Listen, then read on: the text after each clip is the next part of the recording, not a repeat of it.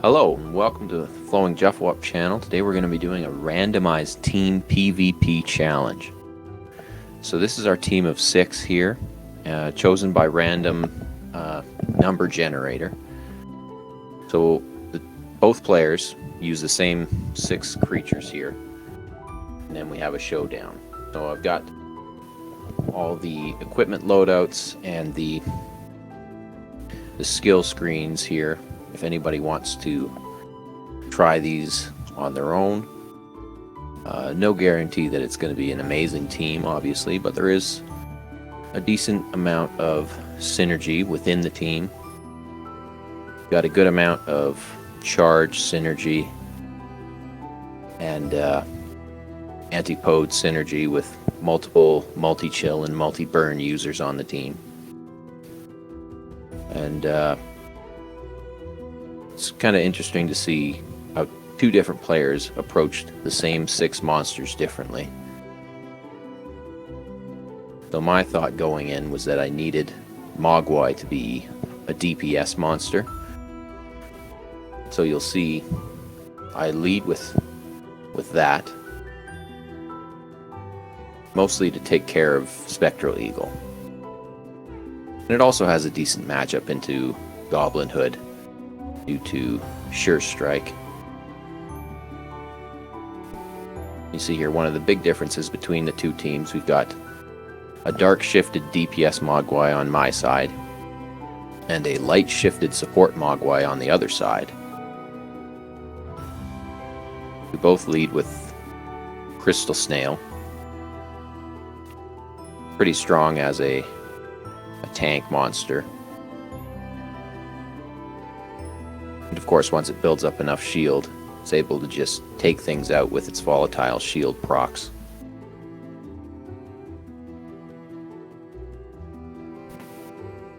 Get an early knockout on the Eagle here. Apply the wound stack to it with the wounding strike passive on Mogwai. Now Mogwai is able to survive that hit back from the Eagle with a sliver of health. Then we're able to start protecting it and get it healed up. Get a bunch of charge stacks out with the light shifted Graphonics.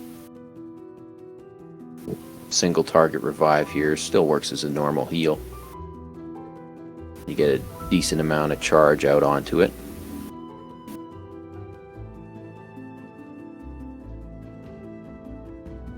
Not amazing damage previews there, but enough to kill the Eagle.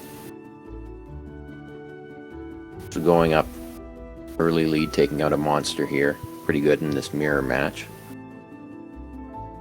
See, we both decided to go with Dark Shifted Mantis. Even with the charge generation from Graphonics, having an extra weapon is a little bit better, I think. Which was my thinking as well, going with the Dark Shifted Eagle, although on the other side we saw a Light Shifted Eagle. Which might be why it wasn't able to take out the Mogwai on that turn, because you don't really have any charge generation between Crystal Snail and Mogwai.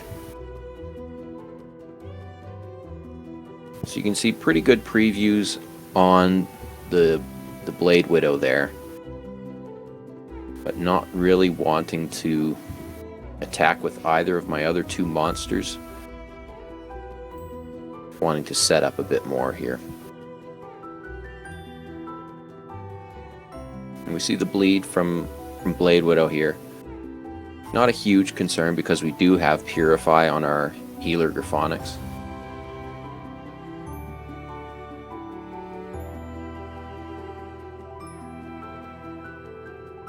And again, we see pretty good damage previews, but one of the big boosts to damage is being the only attacker with Mogwai and not attacking with anything else, which makes it a little bit awkward to try to fight through these protects while I've got DPS Mogwai on the field. So I figured my best bet is to turtle up a little bit, try to whittle away at the crystal snail on the other side, well, my own crystal snail stays relatively unscathed and just builds up charge and age stacks and shield to eventually break the protect with a knockout. And then here I see my damage previews aren't very good, and I'm starting to get some chill stacks, so I just decided to go with a level 1 move instead of a level 3, which is the most you can afford with the current mana. You see, one of the nice things about having this light shifted crystal snail is taking a debuff off every member of the team at the start of the turn, and then having restoring shield to deal with other debuffs. Starting to build up a lot of buffs on the team now. The critical boons and the critical healing from Griphonics. So with this current situation, I feel like my team is definitely coming out ahead, because I'm building up charge, building up age, slowly building that advantage up.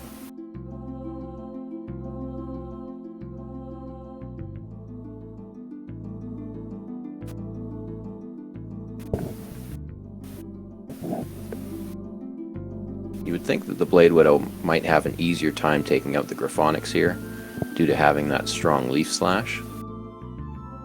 But it's got so many buffs on it at this point that it's able to take the hit fairly well. And because I knew it was going to be a dedicated support, I was able to build it fairly bulky as well.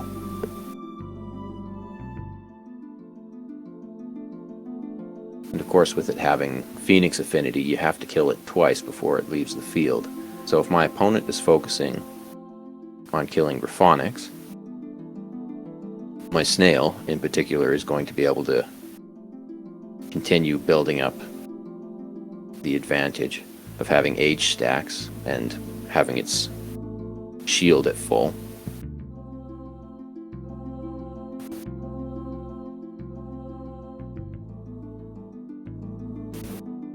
See, we're already into infinity stacks here, and there's only been one knockout. This is part of the random part of these teams, is that there's not a ton of synergy, so there's not a huge amount of damage output being put through. And of course, in addition to that, things like Crystal Snail are incredibly bulky, especially when they've got some improved barrier on them. Considering this is only a level 3 Ice Bolt, still pretty decent damage previews, but again, because I am low on mana, I decided to just run level 1 Ice Bolt, break the protect, get a wound stack on there.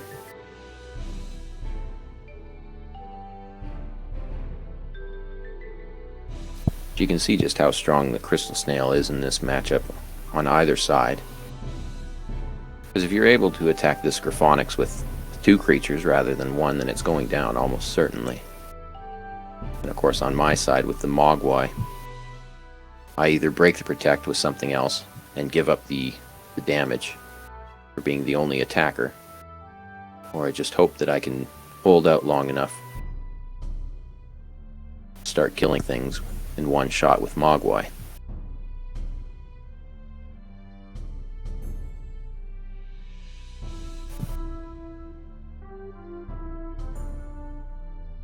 See, almost a certain knockout if I can break through the protect.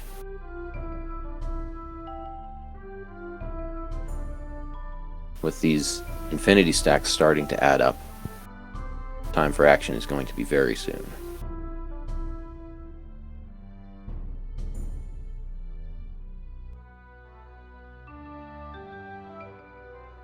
So the Phoenix Affinity is popped. Looking at the previews on the snail, not great.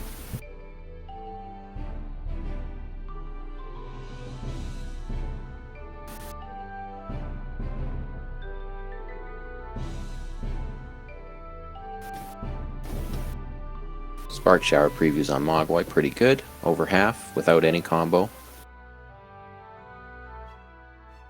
but I decide to keep Graphonics around a little bit longer if possible.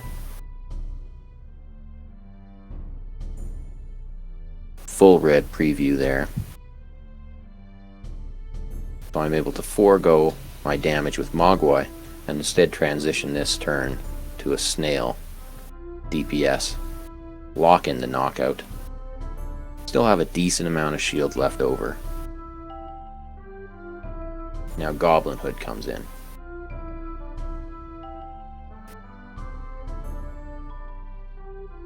So with 4 stacks of Infinity, Goblin Hood pretty likely to get a knockout. But not quite enough to take out the Mogwai. Which is good for me, because Mogwai should be able to knock out Goblin Hood in return, as long as I can break the Protect first.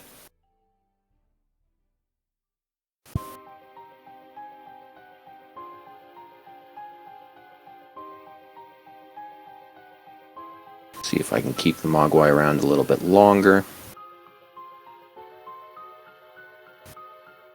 But mana once again is becoming an issue on Mogwai. However, we have a ton of charge stacks on this Graphonics, 175 charge stacks right now. So again, I'm able to transition a little bit. Just build combo with Mogwai and then go for the knockout with this Graphonics instead. High dodge chance here, but we're going to go for it anyway. Easily taking out Goblin Hood.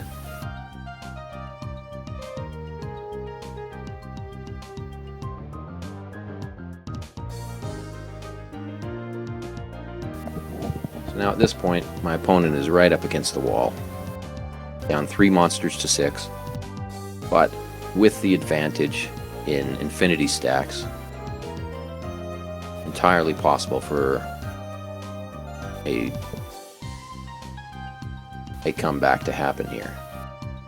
I have to take care of Graphonics, otherwise it can keep the entire team alive with its Gift of Life and Revive.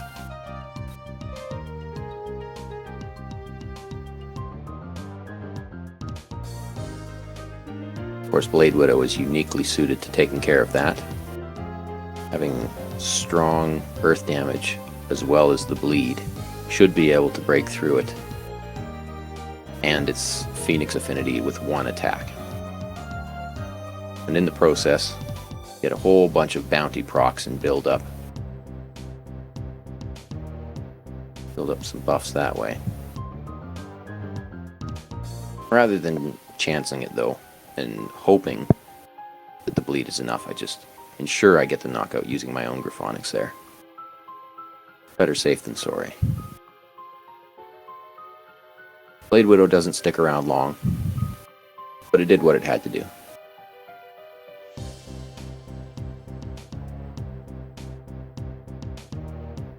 Now we see with my own Crystal Snail still having full shield, it should be able to help close out the game and pick up a knockout here. Easily does so with the Snow Veil.